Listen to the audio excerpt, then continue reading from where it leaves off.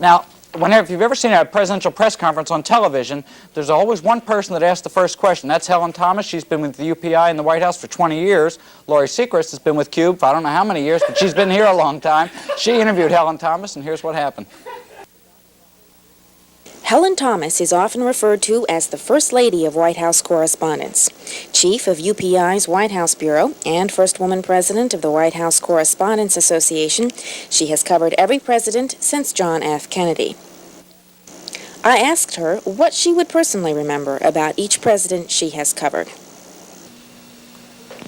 Well, I think that I'll probably remember the obvious, and only in retrospect sometimes remember the more obscure. But I think Kennedy, I'll always remember that he inspired the young, gave them a sense of really wanting to participate in public service. Lyndon B. Johnson, I think of him as a people man who had a love-hate relationship with the press, who made tremendous contribution in the domestic field, Medicare, aid to education, civil rights, you name it, he was there. But very poor on Vietnam. Nixon, I'll think of as the only president in history who had to resign in disgrace. He did go to China and certainly set up a new relationship with that, and for that I think he'll be praised in history. And Ford, I think that Ford took over at a time when the people really needed the calming influence that he was indeed, but basically he governed by veto.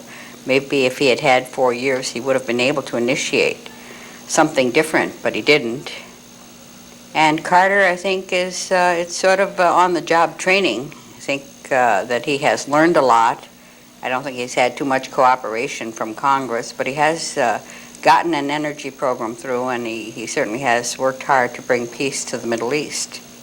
How difficult is it to gain direct accessibility to the president? Well, you couldn't, there were some presidents, I suppose, that you could call up, like Johnson, maybe, and he might pick up the phone. But there's a real blocking in terms of the White House switchboard, so calling a president on the phone is not exactly your ordinary way to do it. How would you do it? Well, you'd try to make, for one thing, you would try to work, if he actually was going to talk to you by phone, then you'd go through the press secretary and tell him to ask him if you can interview the president by phone if he isn't available person to person, and the same way as you would go through the so-called protocol channels. And looking at the particularly controversial Nixon administration, you mentioned that in your book, Dateline White House, that at a party, the Nixons announced your engagement to AP reporter Doug Cornell. Can you still play the role of the objective reporter as well as end up being a friend of some of the presidents and their families?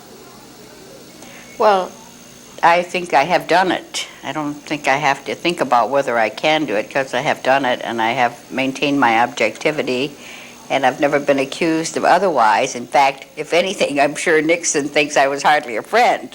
Far from it. And I think that you can have a sense of what the person is. I think that you can have some feelings for them. You can certainly feel sorry. I certainly did for Mrs. Nixon. I thought she was a warm and wonderful person. But you can't reject all people because they're in public life.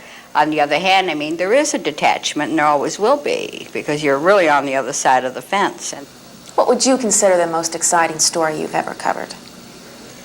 Well, it's hard to pinpoint. When I was in the doorway of the Oval Office when LBJ announced that he was not going to run for re-election, it was electrifying.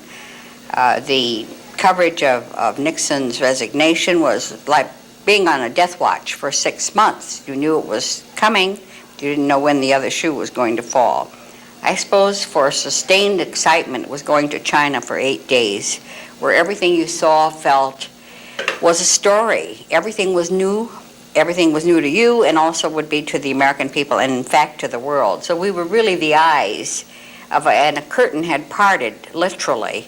So I think the whole idea of being able to do stories about a completely different planet, basically, was tremendous. Can you relate for us perhaps an embarrassing, if not rather amusing situation that might have happened to you while you were in the White House? God, there's so many. I mean, life is not on an even keel, even when you're in the White House. You have your ups and downs. You know, there are moments, I suppose, when you.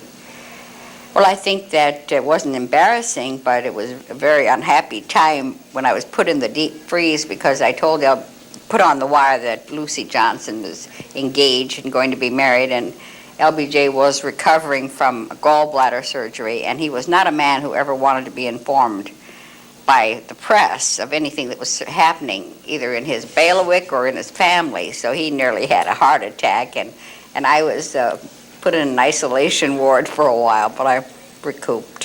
What do you mean by an isolation Well, ward? I mean, they can really, you can tell when the president's very unhappy with you. They'll start talking to your competitor, and you're worried to death that they're going to give them a scoop. And